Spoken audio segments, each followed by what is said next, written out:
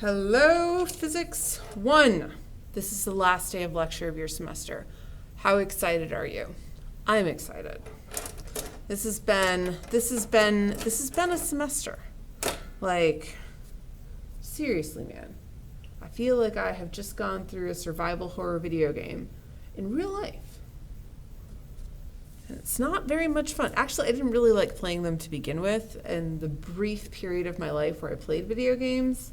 And feeling like I've lived through one isn't really any more fun. Although I will say this, Typewriting of the Dead is amazing, and I wish I could find a good emulator to play it because it's awesome. All right, so moving on with angular momentum. So let's look at systems with non-zero torque. So we've looked at systems with zero torque. Now we're going to move on to systems with non-zero torque. So sometimes the angular momentum changes because of torque. I know, shocking.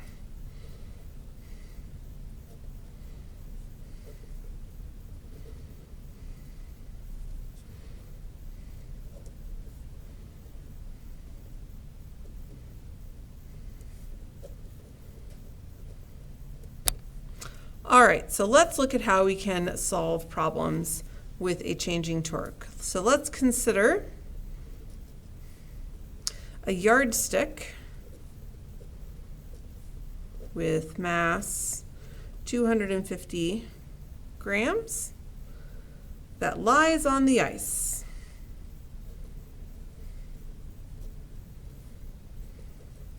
So therefore we can neglect friction. Yay! And also 1 yard is approximately 0.914 meters. You pull on one end with a force of 7 newtons. What is the rate of change?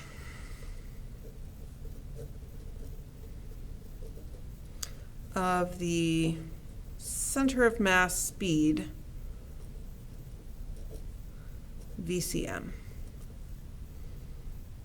What is the rate of change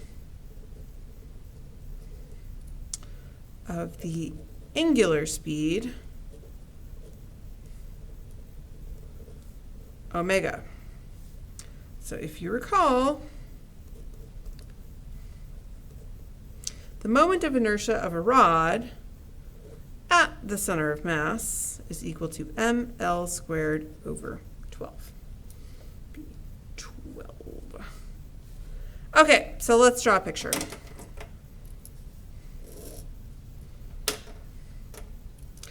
Mass is equal to 250 grams.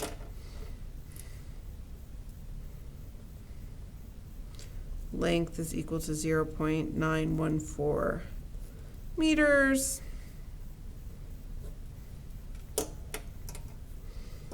You are applying a force of 7 newtons, and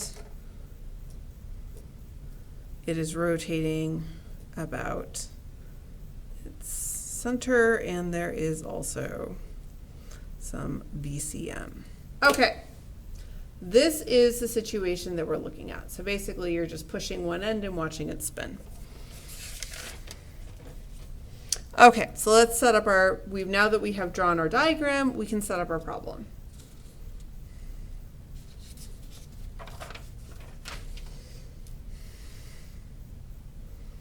The system is a stick. The surroundings, your hand pulling, and the ice, but negligible. It's always good to write out what you're going to neglect, and that way you don't leave anything to a misassumption. So it's good to recognize what's there, even if you're going to say, based on this situation, we can neglect it. All right, and that's a little bit different from a problem where you have not been told about anything else there. So it's important to differentiate between those two circumstances. So the momentum principle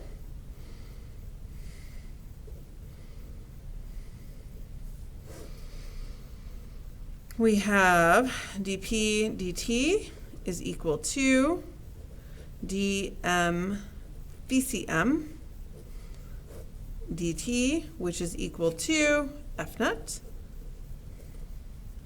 And we know that change in momentum, I've written this out using both the calculus expression and the algebraic expression.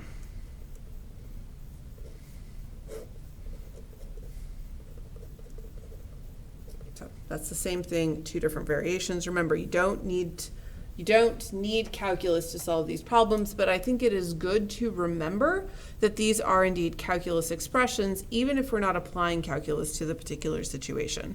It means you have a more correct understanding of what's happening. So we have the change of velocity of the center of mass with respect to time is equal to F net over m.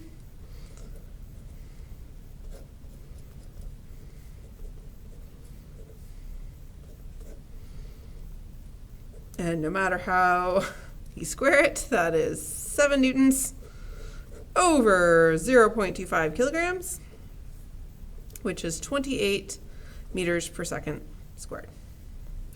All right, so there's the end of the momentum principle. That's all you can get out of it. Let's move on to the angular momentum principle.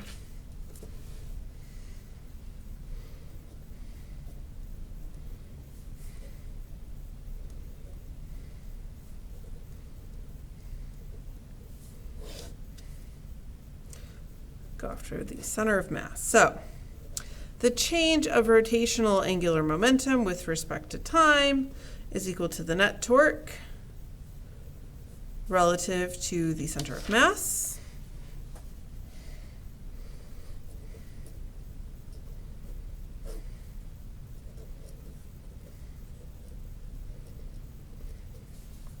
Okay, so we're going to use the right-hand rule. If you recall, it's spinning in that direction.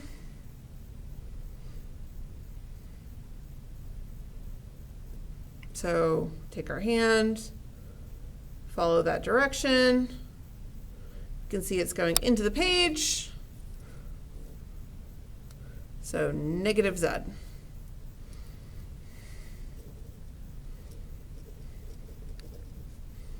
Okay, so the change of rotational angular momentum with respect to time is equal to, so at this point I have lost the vector sign because we know it just exists in one component, so we're going to get a scalar answer. So we can look at the moment of inertia times the change of angular speed with respect to time, which is equal to torque, which is equal to RAF sine theta. And we have values for this. So we have, so in this case, remember, you're halfway up the meter stick. 0.457 meters times 7 newtons. That's the force. So torque is the position from the point of interest to the point of force being applied. So from here to here, and you want to half that, giving you 0.457 times sine of 90 degrees. And this is equal to 3.199 Newton meters. And so what we have here is we have L rotational with respect to the change of time is equal to I change in angular velocity with respect to time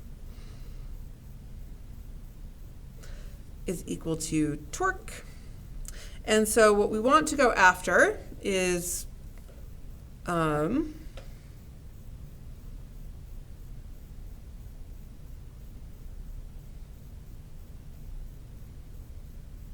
so we want to divide by I to get the expression we want. So what we want then is 3.199 newtons per meter.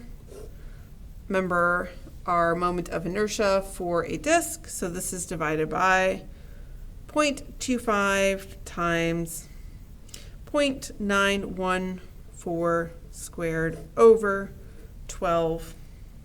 And so our change of angular velocity, or angular speed, sorry, is equal to 183.8 radians per second.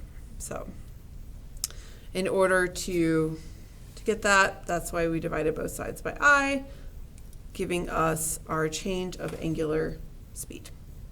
All right. Excellent. And notice I kept the calculus expressions in there, but I did not actually do any calculus. And so that's something that, just for those of you going on into Physics 2, at the very end we learn the proper notation for Maxwell's laws of electromagnetism, which carry with them a calculus expression. You don't actually do any calculus, but we keep them in their form just so that we can understand what they are and what they mean. Okay, so we could repeat the analysis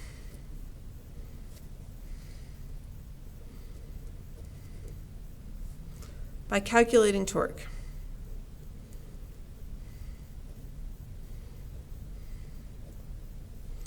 And angular momentum at the point where the force is applied.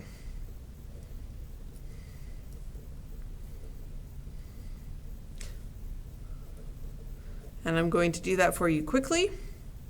So in other words, not the center of mass. Just to show you that it actually doesn't matter where you choose to look at with respect to. The question is, what's going to be easiest? Always the question. By the way, hint, you get the same thing.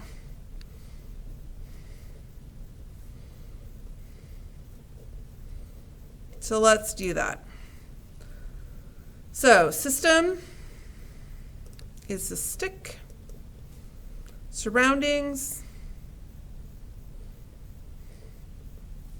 is your hand and the ice. Have the momentum principle.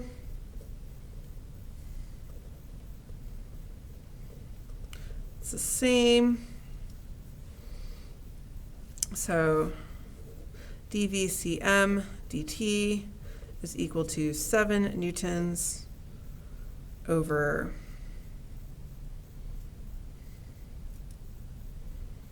.25 kilograms. This is, of course, force divided by mass is equal to 28 meters over second squared. Okay, we've already seen that done. We don't need to see it done again. Angular momentum principle about A.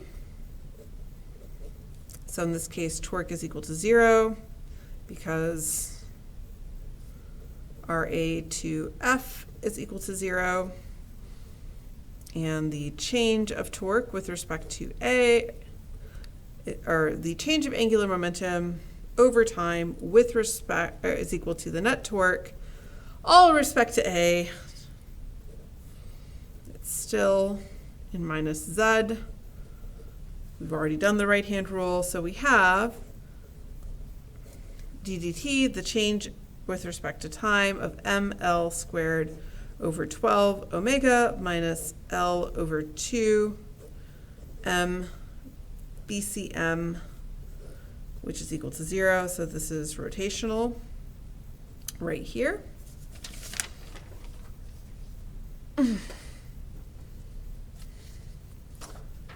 And if we,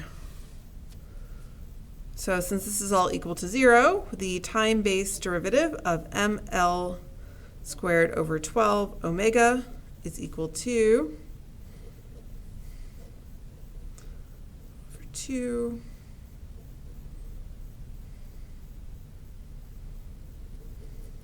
of m VCM. And so we know this, 0.017404 d omega dt is equal to 0.11425 d VCM dt. By the way,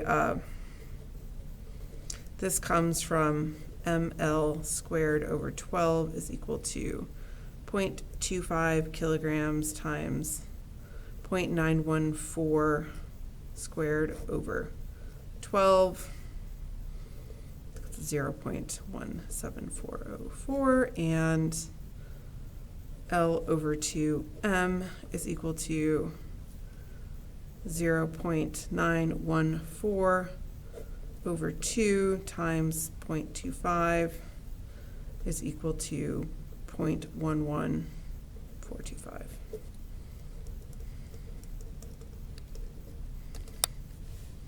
Okay, so jumping back into the top of our problem, then we would see that d omega dt is equal to 0.11425 of divided by 0.017404 times 28 meters per second squared.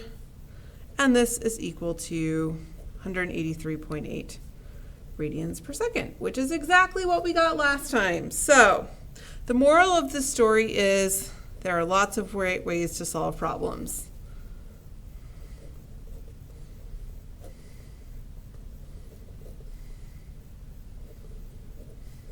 By the way, this is why you should show your work, because there's also wrong ways to solve problems. But sometimes a different approach is still a right approach. So choose the easiest setup. So that's the main trick, is you just want to choose the easiest way to go about the problem.